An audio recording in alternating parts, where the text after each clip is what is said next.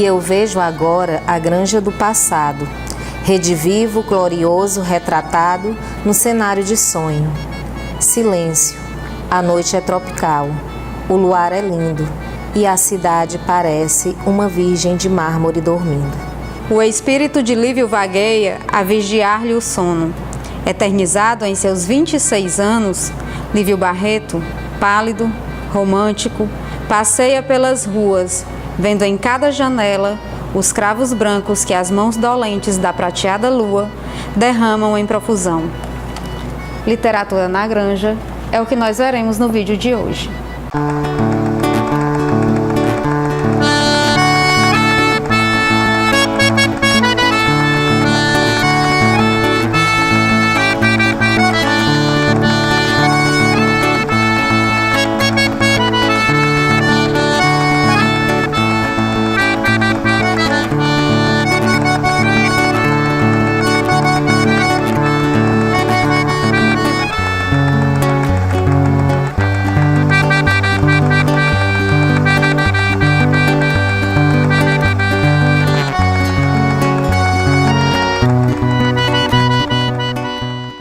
No dia 28 de fevereiro de 1880, foi fundado aqui na Granja o Gabinete de Leitura, através do Dr. Antônio Augusto de Vasconcelos, que era um promotor de justiça e, digamos assim, um apreciador da literatura. Em seu discurso de abertura, o Dr. Antônio Augusto faz questão de enfatizar a importância do conhecimento. É um discurso escrito em 1880, mas que é totalmente atual, é totalmente 2018 e vai ser anos posteriores. O Dr. Antônio Augusto coloca que a ciência é o batismo da civilização transformada em humanidade. Ele coloca que abre-se uma escola e fecha-se um cárcere. Então a gente já percebe, né, a preocupação da educação do jovem granjense, dos tempos de outrora aos dias de hoje. Então esse gabinete de leitura foi criado aqui na Granja, inicialmente com um curso secundário noturno. E em setembro do mesmo ano, o gabinete já contava com 80 jovens e 400 volumes em livros. Lá eram ministradas aulas de português, de inglês, de francês, de aritmética, de geografia, de história. O Dr. Antônio Augusto foi um dos maiores incentivadores do jornalismo na Granja, tendo ajudado aí a criar o jornal O Granjense. E anos mais tarde, as prestações de contas do gabinete de leitura que eram publicadas no Granjense já eram puxadas por outros jornais cearenses. O Dr. Antônio Augusto, ele não era só um incentivador da literatura, da busca pelo conhecimento, do jornalismo, mas também ele tinha relações ideológicas com as questões abolicionistas. Inclusive, publicava nos jornais o pensamento dele com relação à questão da abolição, para que fosse de conhecimento não só dos alunos do gabinete de leitura, mas da comunidade como um todo. E não ficou só nessa questão de publicar nos jornais. Então, através do gabinete de leitura, foi fundada a Sociedade Granjense Libertadora. E esta sociedade conseguiu com que alguns escravos fossem libertados aqui na Granja. 2 anos mais tarde, o Dr. Antônio Augusto é transferido para a comarca de Aracati e ficam aqui na Granja os jovens que dão continuidade às questões abolicionistas, aos jornais, às ideologias deixadas pelo Dr. Antônio Augusto. E dentre os jovens que se destacaram no gabinete de leitura, nós podemos citar o Tiago Ribas, o Tibúrcio de Oliveira. Ambos se dedicaram aos jornais, a publicações em jornais. E os granjenses da padaria espiritual. Arthur Teófilo e Valdemiro Cavalcante, que participaram da segunda fase da padaria espiritual, sendo que o Arthur Teófilo faleceu e deixou uma obra inacabada, e o Valdemiro Cavalcante, que também participou da segunda fase e se destacou como cronista. Valdemiro, inclusive, foi um dos fundadores da Academia Cearense de Letras, juntamente com o Dr. Antônio Augusto. E por fim vem o Lívio Barreto, os três muito amigos, os três participando da padaria espiritual, porém o Lívio Barreto participou como um dos fundadores.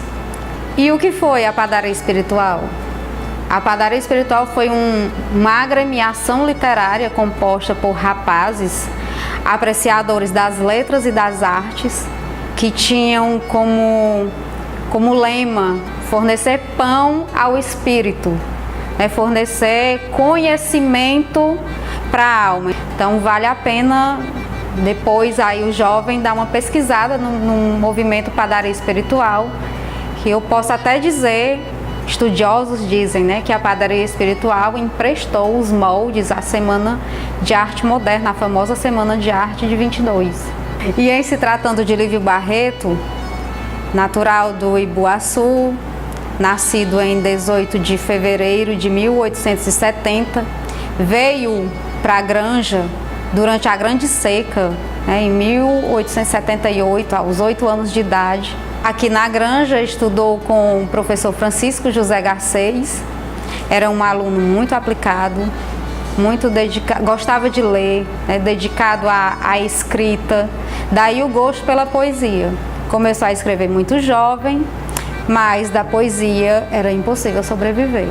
Então trabalhou como caixeiro, e profissão que ele não gostava, ele tinha pavor a essa profissão, gostava mesmo de escrever, porém, por várias vezes tentou se desvencilhar dessa questão dos números e se dedicar mais às letras, mas o Lívio parecia de fato um condenado aos números e sempre se deparava com essa profissão.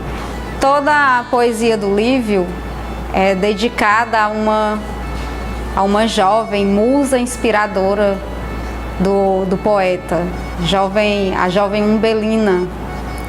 Então Lívio tinha uma paixão por essa moça, e segundo ele foi ela quem lhe deu o primeiro verso, o primeiro amor e o primeiro sonho.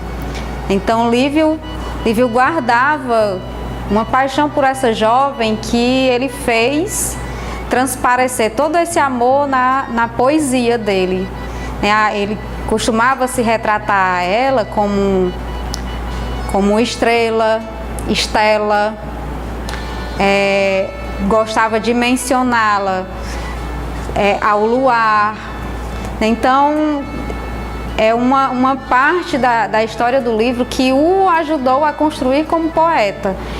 O fim da vida do Lívio Barreto foi uma sequência de frustrações.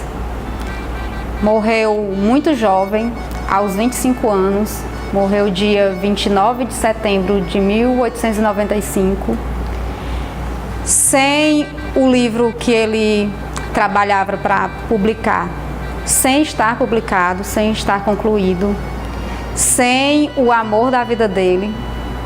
Umbelina acabou se casando com outra pessoa.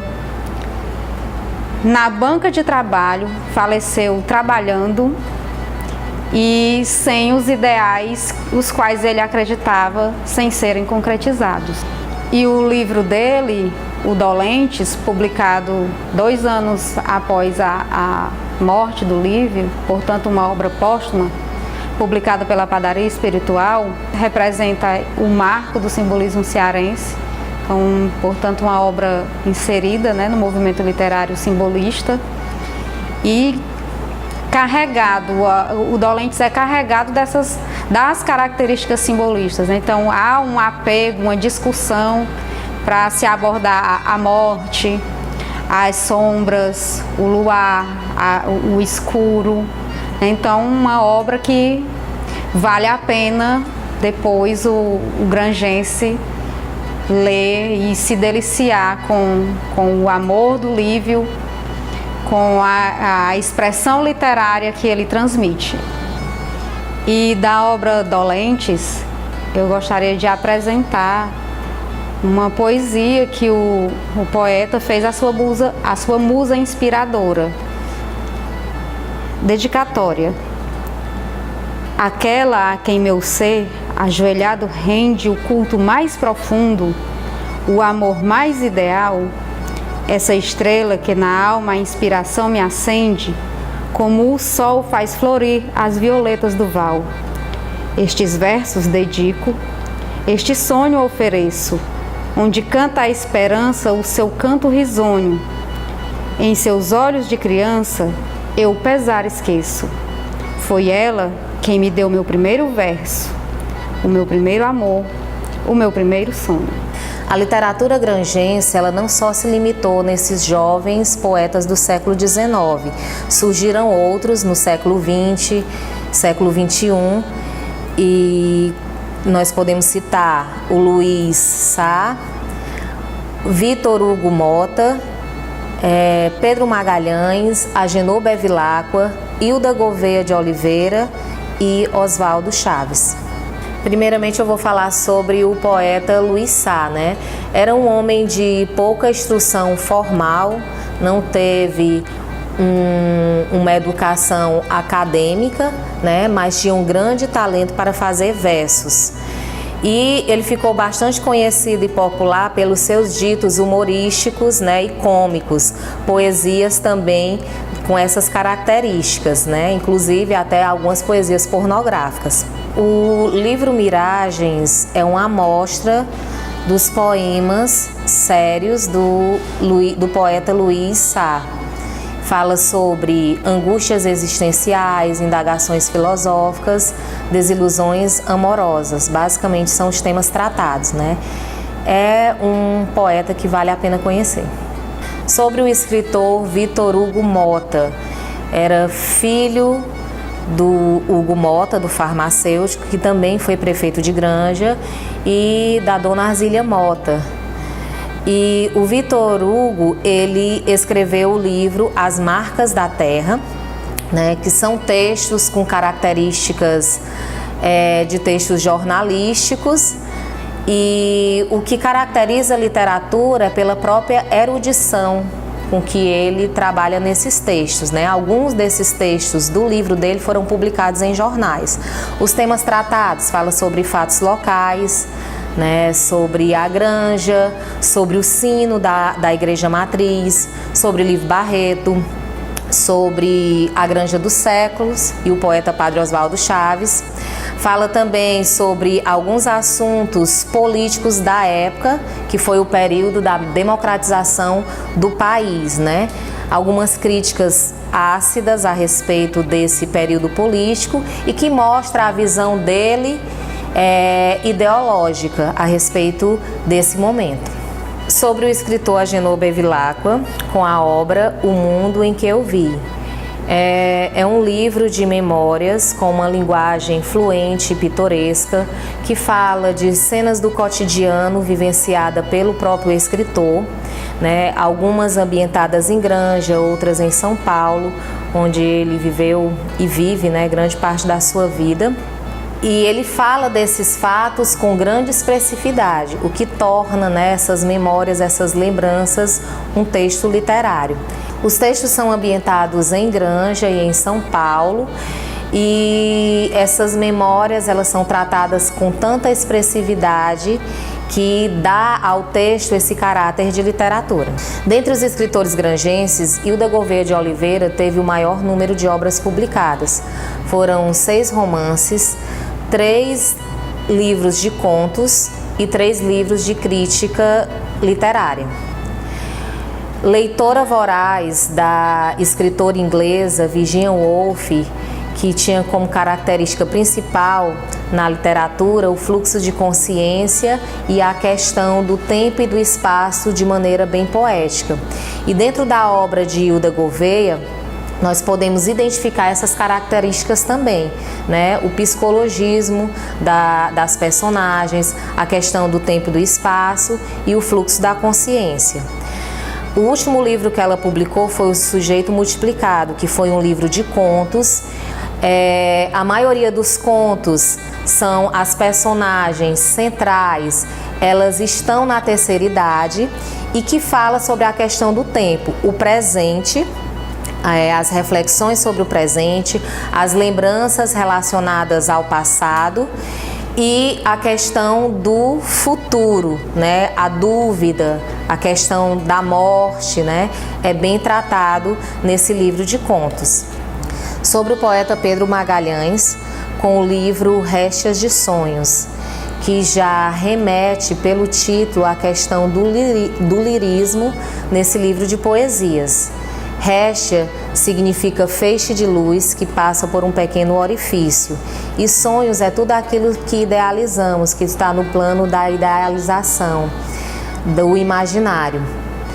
Então, o título Réstia de Sonhos, ele pode ser interpretado. A réstia significaria a própria poesia, né, que apesar de passar por essa abertura estreita, ela é capaz de quebrar a escuridão, de quebrar o que há de habitual e cotidiano. É o encantamento que traz para a vida, é a poesia. A poesia de Pedro Magalhães, ela possui uma carga lírica que retoma características, né, que foram utilizadas pelos poetas românticos do século XIX. Os temas tratados, ele fala de sonho, amor, solidão, tem a figura também da mulher, uma figura idealizada, nem sempre é a mulher concreta, mas uma mulher que faz parte do plano imaginário e dos sonhos do jovem poeta. E também faz referências a elementos como o rio, o mar, a lua, a flor. Pedro Magalhães, juntamente com alguns amigos, fundou o grupo City Campo, que promoveu os festivais de música e poesia na década de 90. Estes festivais impulsionaram a produção artística, né, da geração mais jovem de poetas granjenses. Foi também criador do jornal Lira Granjense, que era um jornal que tratava tanto de produções literárias dos jovens já do século XXI e também alguns dados históricos sobre Granja eram retratados nesse jornal. Entre os poetas contemporâneos, Oswaldo Chaves é o poeta de maior destaque, autor do poema A Granja dos Séculos e do hino do município da Granja. Sua obra intitulada Exíguas, né, que significa sombra que se reduzem à mínima projeção com o sol a pino, que é o sol de meio-dia. Na própria capa do livro, ele coloca a frase de Ovídio, em que diz: encolhiam-se exíguas à sombra com o sol a pino, que significa exíguas, seria a própria condição humana diante dessa luz tão brilhante que é a própria poesia. A luz que está dentro dessa metáfora do título seria o sol, e esse sol representando a própria poesia. E exíguas, que são as sombras, a própria condição do poeta e do homem, né? O livro é dividido em partes. A primeira parte ele intitula como Reta Horizontal, em que os poemas fazem referência a um espaço relacionado ao tempo, às memórias e às lembranças de um certo espaço geográfico em alguns de seus poemas. Nós vamos ter a terra cearense, Fortaleza, A Granja dos Séculos, Angelim intacto, entre outros poemas. Na segunda parte do livro tem a reta vertical e no próprio livro tem essa ilustração, é como se fosse a poesia, fosse o caminho que leva o humano ao divino. Nós vamos encontrar poemas relacionados à espiritualidade e à religiosidade do poeta. Um dos poemas que eu considero um dos mais belos é o poema A Mão que Me Elevou, que ele dedica ao seu pai. Na terceira parte recebe o título de Sinuosa Oblíqua, que representa essa linha curva e na diagonal, diferente da linha reta, da horizontal e da vertical. É uma linha curva e diagonal, e são poemas de crítica social, né? É uma poesia com algumas nuances de humor, né? De reverência, presenças de ironias e de crítica social. Ele faz uma crítica ao machismo na poesia A Honra dos Maridonos. Ele faz uma crítica aos faços intelectuais na poesia Que Sucesso. Ridiculariza o pranto fingido no poema O Enterro. E os poemas dessa terceira parte faz parte de uma literatura mais engajada, de uma literatura social e política. E também tem as outras partes em que ele denomina como estudos e que está presente a poesia que vai dar origem ao hino de Granja, a terra grangense. E para finalizar, eu gostaria de ler o último poema da segunda edição do livro Exíguas, que é o poema Doce e Breve. Eu amo o entardecer, eu amo a aurora, que dura menos, ainda menos que a flor, um pouco mais de uma hora, e a onda que se eleva e se encrespa e se abate em flor de espuma, e o êxtase do amor que dura alguns segundos. Eu amo a vida tão doce e breve, que tem na flor, no entardecer, na aurora, e tem na onda e no êxtase do amor a mais perfeita imagem. Eu amo a vida.